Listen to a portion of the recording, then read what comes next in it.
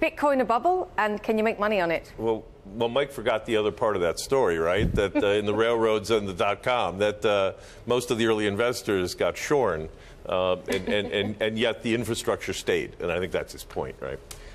No, we have no opinion on Bitcoin. I barely understand it and blockchain technology, so I'm not equipped to talk about it. But I do know that other people that do understand it are raising some serious questions.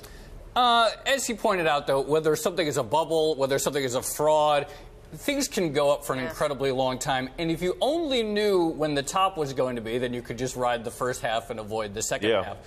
In your experience, having seen numerous bubbles, are there consistent signs that you look for that say, this is the type of thing that's late bubble, this is the type of thing, behavior, way people talk that is closer to a top? Like Paris Hilton starting an exchange? Exactly.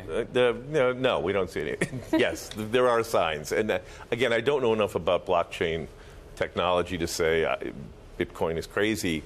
But some of the ancillary things you see around it now seem to be a little bit troubling. Like what? Well, just the idea this is a bubble, and we better ride it.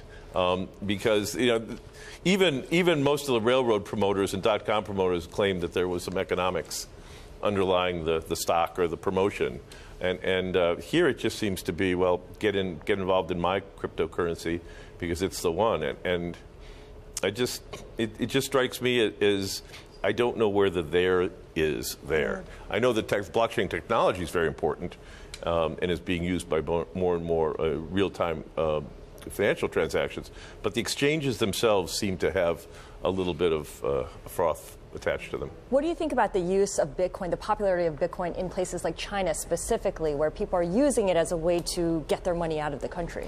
Well, again, I mean, that's the allure of Bitcoin, right? It's to use it in black market transactions or currency fight or capital flight. So by almost definition, it has the regulators and law enforcement arrayed against you due to its very nature. And I think that's one of the problems. That's one of the problems some of the earlier proponents of blockchain technology keep pointing out, that there are a lot of promoters here as well as futurists who are promoting things, and let the buyer beware.